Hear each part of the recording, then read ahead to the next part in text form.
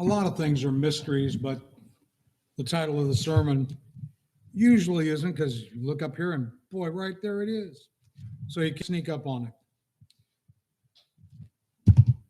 But there are some mysteries, things that we can extract, things that we can look beneath and begin to pull out and apply for our edification. And sometimes as we go through day-to-day life, it gives us an opportunity to have a little nugget or two in our thought process upon which to build and try not to replicate. I want you to go over to the book of Isaiah, the 3rd chapter, and drop down with me, if you would, into verse 3. Isaiah into verse 10, 3 and verse 10. Say to the righteous that it will go well with them, for they will eat the fruit of their action.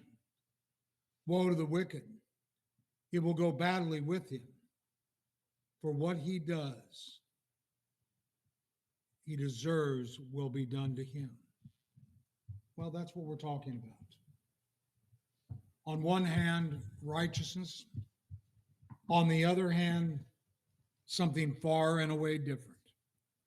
And what we long for is we long to make right choices.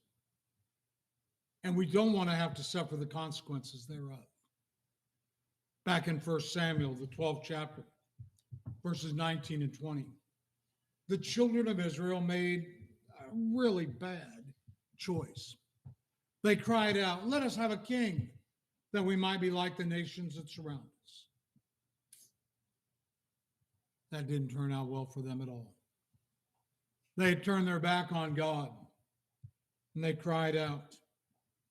They wanted Samuel to beseech God to give them a physical king. And it was not the right thing to do. They had consequences to bear as a result of it. And a lot of times our choices have very severe consequences. On the overhead, you can see the definition of consequence. Something produced by a cause or necessarily following from a set of conditions. Import with respect to power to produce an effect. Everything's going to have a consequence. It might be good. It might be not so good. And that's what we want to look at today. I want to spend just a little bit of time looking at the folly of Lot, because indeed, he was an individual that was given to make poor choices. You remember in the last Indiana Jones movie, well, not the last one, but the last one before the worst one, that one, you know, the one with Sean Connery, Last Crusade, I believe it was called. And they were on the quest for the Holy Grail. Why, I don't know. But it made for good drama, high adventure. Anyways, they're in this cavern. And they're looking for the Grail.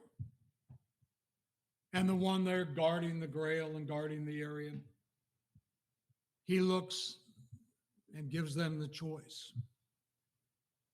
One grabs a cup, gold encrusted with jewels and all.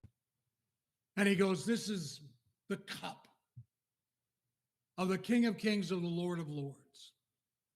He dips it into the well, pulls out water and drinks. All of a sudden, he's turned to ashes. And this one who was to watch over him, deadpan, said, "He chose poorly." You think? Now, I know many of you saw the movie and you got that scene etched in your mind. Then it comes Indiana Jones's turn. He's looking. He finds the most humble of all the cups there. He grabs it, dips the water, and drinks. And he's standing there waiting, looks, kind of, And the individual who's guarding said, "You chose wisely." See, that's what we're talking about. Whether we're going to choose poorly with what we do day by day, or whether we're going to choose wisely. Now, I realize that's simply a movie. But with Lot, he made choice after choice after choice. That was poor. That bordered on the pathetic. Go with me, if you would, into the book of Genesis. And go into the 13th chapter. And we'll just kind of lay a little bit of background as you're turning over there. Lot is introduced to us earlier on in the book of Genesis, 11th chapter. And he's introduced as being basically the nephew of Abram. Abraham had not yet been called Abraham, but simply was going by the name Abram. With the death of Haran, Abram becomes the patriarch of the family. Lot, as a nephew of Abram's, is now under his tutelage, under his direction. And the families at that time stayed close together, unlike today, scattered all over. I mean, our son Jacob lives in Washington. Son Micah lives in Florida. Linda's brother lives down in Australia, and so on and so forth. Families don't stay close together. Back then they did. Travel together, live together, work together.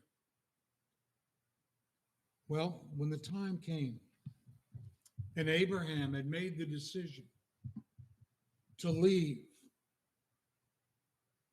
he looked to the land of promise. And going with him was Lot and his family.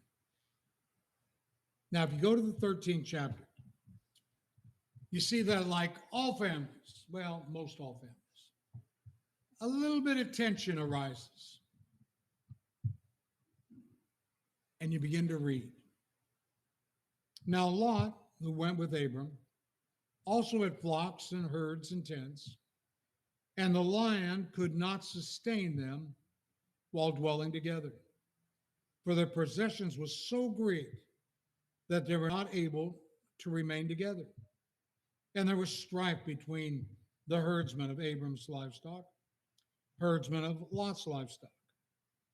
Now the Canaanite and the Perizzite were dwelling in the land. Then Abram said to Lot, please, let there be no strife between you and me, nor between my herdsmen, your herdsmen. For we are brothers. In other words, we're family. Is not the whole land before you? Please separate from me. If to the left, then I will go to the right. If to the right, then I will go to the left. You got to appreciate what Abram did. He, as the patriarch of the family, could have said, no, I'm going to choose. Let me make that decision. But what did he do? He sits back and he says, I want no strife.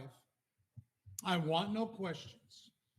So the only way to approach this is to let Lot choose. I'll make do. Always have, always will. Lot, you choose. Everything's out before you. You want to go right? Okay. You want to go left? Okay. And I realized I did that dyslexic. You want to go left? Okay. You want to go right? Okay. Whichever way you want to go, go. Because I don't want any hard feelings. You appreciate Abram for this. And now you're sitting back here, Lot, and you're going, over here, over there. Which way am I going to go? Look at verse 10. And Lot lifted up his eyes and saw all the valley of the Jordan, that it was well watered everywhere. Now, almost parenthetically, This was before God destroyed Sodom and Gomorrah. Like the garden of the Lord, the land of Egypt, as you go to Zoar. So he looks down there and sees it. Whoa, what a fertile valley. Lots of water, lots of green. It's all mine. I think that's where I'll go. And so Lot, verse 11, chose for himself all the valley of the Jordan, and Lot journeyed eastward. Thus they separated from one another. All right. I've got all this valley. It's mine, it's mine, it's all mine. He's so excited. He sees it. Now, Abram settles in the land of Canaan. He accepted what had been chosen. See, one of the things that you can take away at this junction is, so far as depends on you, be at peace with all men. That's what Paul writes to the Romans in the 12th chapter, verse 18. And then when he wrote to the Corinthians in 1 Corinthians 6 and verse 7, he says, because what the Corinthians were doing, they were going to law against one another. They were suing their brethren. And Paul said, is it not better to be wrong? Is it not better to be defrauded? And the answer comes back, yeah. It's better to be wronged. It's better to be defrauded than to acquiesce and have trouble within the ranks of the family. Now, look at it from the broad spectrum. As members of the household of God, we are family. We need to look for ways to get along. And I'm not implying that we don't. But in every decision, we need to look, how can it be to the betterment of all? And if need be, to your betterment. Not looking out for my own personal interest, but for the interest of others. There's 2 pieces of pie. There's 3 of us. I guess I won't get a piece of pie, or we can go ahead and figure out how to divide those 2 pieces up so it comes out equally. So cut a sliver, and then we've got 3 pieces of pie. What are we going to do with the sliver? I'll take it upon myself. I'll eat that. And then we have the 3 pieces left, right? No. But there's always a way to figure out something. Always. No matter what. There's a way of figuring out if we're willing to defer to another. And that's what we're called upon to do in the scriptures. It's not saying we're going to accept error, but rather deferring to another. But let's see if this choice that was made by Lot was a good choice. Did he choose wisely, or did he choose poorly? So let's consider it. Look as we continue on reading. We know that Lot is longing for independence. We know that. But in verse 12, Abram settled in the land of Canaan, while Lot settled in the cities of the valley, moved his tents as far as Sodom. He pitched his tent as far as Sodom. Now, he was a herdsman. He had individuals working for him. You'd think a herdsman would have been out in the field, carving out a place for himself, for all his herds, all his family, all his workers. Now, that's not to say that the herdsmen were not out doing their work while he's and his family is in town. But we definitely know that he's in town. We definitely know that. Now, Lot is faced with some problems. Look as we go a little bit further. 13. Now the men of Sodom were wicked exceedingly, and sinners against the Lord. Now, Jim Morey had sent me an interesting article a couple weeks ago. And in the article, someone, and I forget the name of the person, was saying that Sodom and Gomorrah was not destroyed and not looked upon as evil because of homosexuality, but rather not being hospitable. Yeah, thanks, Phil. And I read that and I go, no, this can't be right. And I read it again. And yep, that's what they were saying. So I sent back an email to Jim and I said, Jim, are they for real? Yep. I couldn't believe it. I'm still taken aback. But it goes again to those things we talked about in class, where society says, oh, come on, you need to wake up. And you need to realize that we've got to accept alternative lifestyles. No, we don't. And we don't have to refer to it as alternative lifestyles. We refer to it simply for what it is. Sin is sin no matter what the sin is. Whether it be adultery, that's wrong. Whether it be swindling, that's wrong. Thievery, wrong. Homosexuality, wrong. It's sin. And it is sin across the board. Now, when Lot pitched his tents as far as Sodom, he made the choice that was catastrophic. Absolutely catastrophic. Because what his sin did is placed his family, his possessions, his positions, everything that he had, he placed in jeopardy. In jeopardy. And we need to learn from that. Look down a little bit further where we're at. And verse 14. And the Lord said to Abram, after Lot had separated from him, now lift up your eyes and look from the place where you are, northward and southward, eastward and westward. For all the land which you see, I will give to you, dear descendants forever. And I will make your descendants as the dust of the earth, so that if anyone can number the dust of the earth, then your descendants also can be numbered.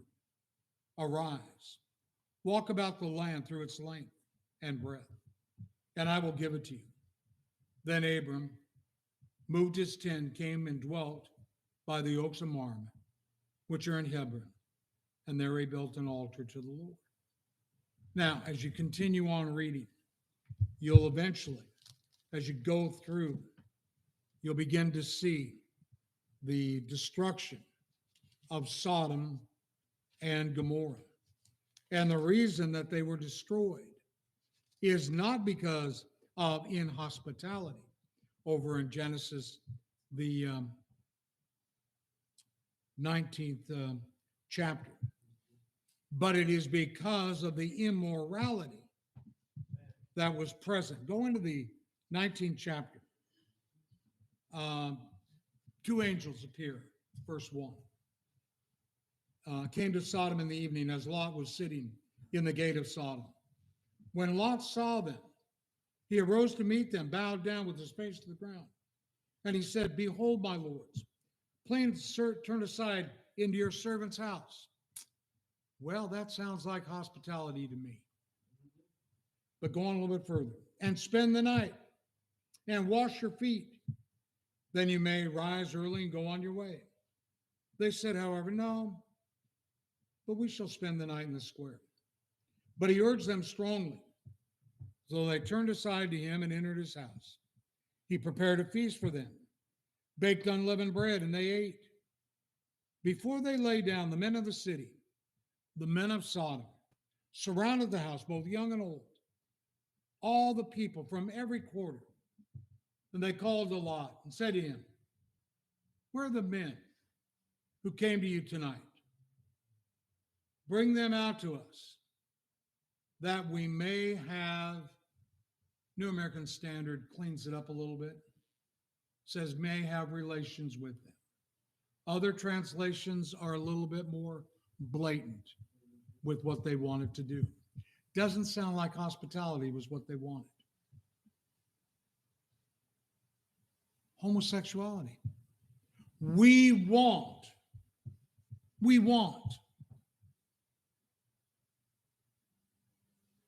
They tried to push the door down. Lot even offered them his daughters. No. We want the men. Deplorable. Lot is told that God is going to rain down on the cities of Sodom and Gomorrah and destroy them because of the blight that they had become. And he was told to get out, get as far away as you can. Remember in class I said I was working on a few sermons? As I was just thinking about this lesson last week, I started thinking about Lot's wife. And what are the lessons just seen in Lot's wife? Because there are several. But the choice that Lot made initially cost him tremendously. It cost him his family. It cost him the degradation of what his daughters did when they thought that the world was totally destroyed and took advantage sexually of their father. Incest. His decision had severe consequences. Cities of Sodom and Gomorrah were gone. Already gone. Abram had argued with God, pleaded with God. If there are 10, well, no, if there's 10, I will not destroy. There wasn't even 10 in the city. So what are some of the takeaways? You look at what Lot's decision was. He placed his decision on the wrong thing. He looked with his eyes. He did not give long-term consideration. That happens. That happens. People look and they go, well, this is going to be a good thing for us. And they make the decision, they move. It's not a good decision. And they rue the day that they made that decision. I'm sure when that night came, Lot looked and considered his decision and rued it. It was terrible. Absolutely terrible what he had to go through. He lost his wealth. He lost his character. He lost his respect. He compromised with himself. He knew what was going on. He was there at the gates of the city. He knew what kind of people he was consorting with. He was aware of the vileness of Sodom. And as we read in chapter 19, verse 1, he was right there amongst them. He became, you might even argue, a leading man of the city. It doesn't say that, but it seems to imply that he knew what was going on. He had a position there because he was known in the gates.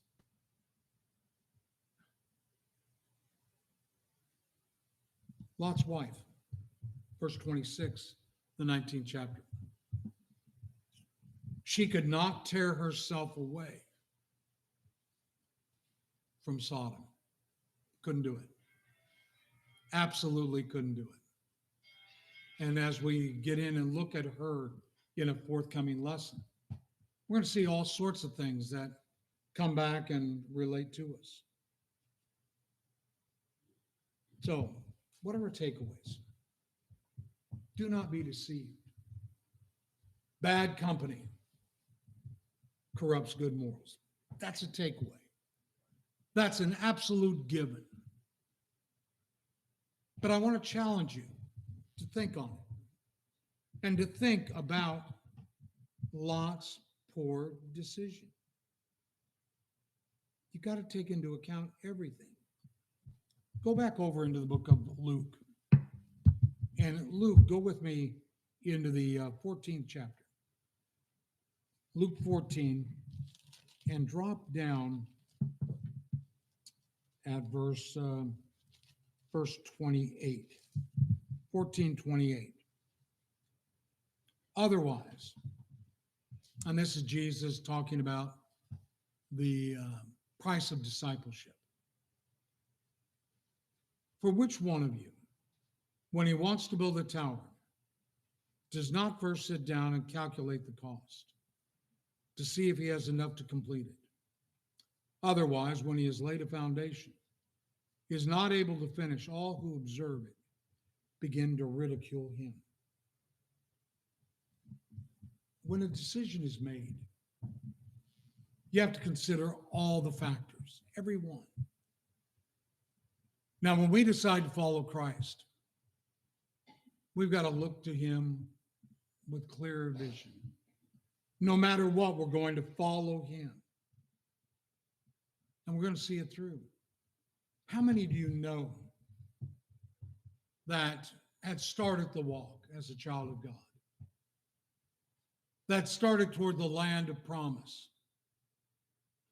But then something got in the way. Something interfered. And they looked. And they saw what they thought was pristine. And they embraced it. They went for it. And then they realized what a poor choice that was. See, that's exactly what Lot did. He saw all the valley of the Jordan, and it was enticing. And he settled there. Las Vegas means the meadows.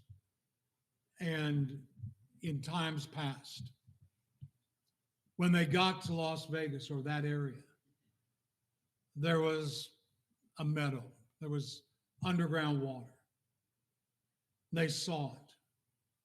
They started building up around it. And they continued to build, continued to grow.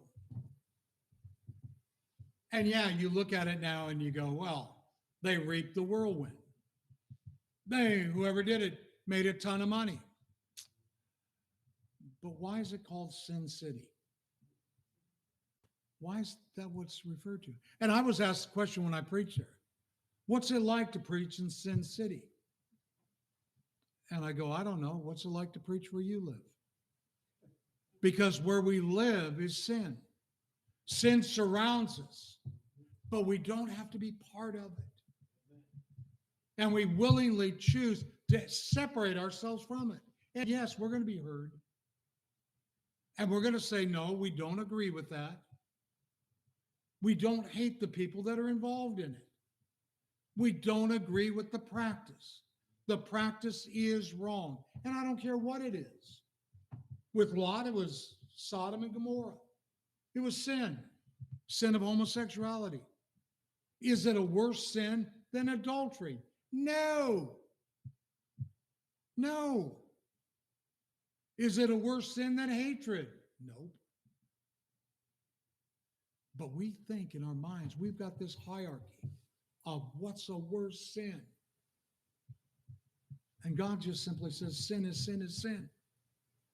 And for all of sin, it falls short of the glory of God.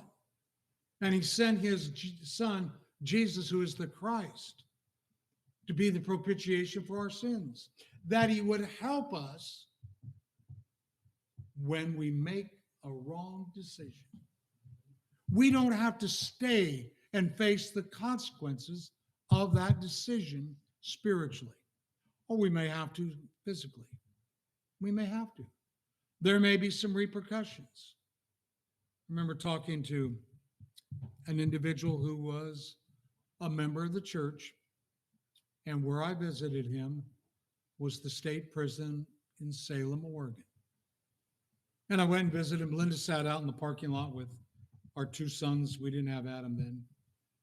And she was intimidated out there, she told me later on. But I went into the belly of the beast and I talked with the man for quite a while. And he said, but I repented. I did wrong, but I repented. Why do I have to? No, you do. You're forgiven by God. I forgive you as well. But even more, God, I'm convinced, forgave you. But you still have to bear the consequence of what you did. He goes, it's not fair. I have to stay here for another 10 years? Yes. Well, if God forgave me, why can't? It's the consequence. That was hard. It was hard for me to tell that person, that's the consequence.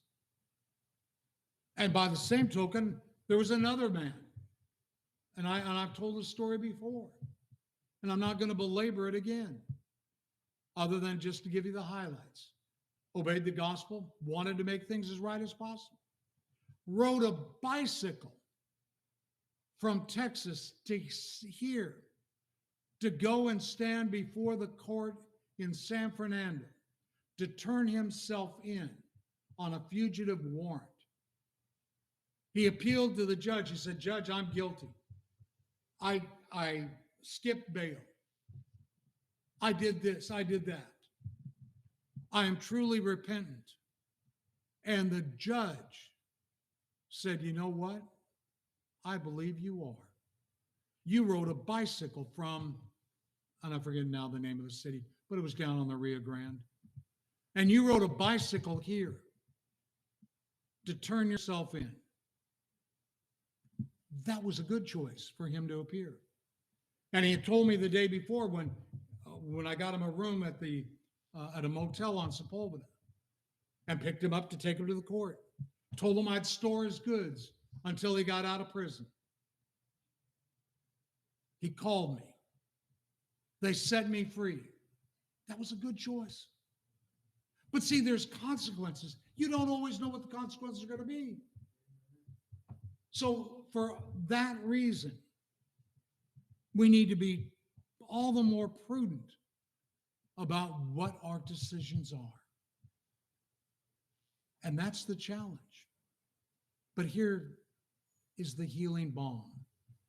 As I began a moment ago, God sent his son to bear the price for us. So that even if we have an answer. Now, going back to that individual that was in prison, he eventually got a lawyer. That lawyer argued his case for early release. The lawyer talked about how in prison that man had started a Bible class with other inmates, was exemplary in all that he had done. And he was given early release. And I was thinking, how does that relate to Christ? Is there a lesson there? And the answer is, I think there is. Because Jesus is our mediator. He's our advocate. And he goes before the Father and said, yes, they were sinful. Yes, my blood applied to the life. But have mercy. Have grace. And that's what we want from God. We want grace, we want mercy, we want forgiveness. But I'm not saying that just because we do that in this life we're not going to have consequences. We will. We will. You lie on your income taxes, they're going to come and find you. Even if you don't lie on your taxes, they're going to come and find you. Decisions. Wow. So I'll leave you with the lesson, let you do with it what you will. But I think Lot is a great examination of poor judgment and how, sadly, We mirror it in many respects. But every time we open the pages of God's Word, we realize there's something that will touch us. And maybe you've never put on Christ in the waters of baptism. Maybe you've never been forgiven of your sins. Made a lot of wrong choices that have taken you far afield. The beauty part about it is you can return. You only need to obey the gospel. Realize that Christ is the propitiation for our sins. That he becomes our mediator, becomes our high priest. And we're washed of those sins. And that's what we want. Now, maybe you've done that, but you need the prayers of the congregation for strength and or encouragement. We can find times of refreshing from God. We're more than willing to pray on your behalf. If we can be of any way of a spiritual help.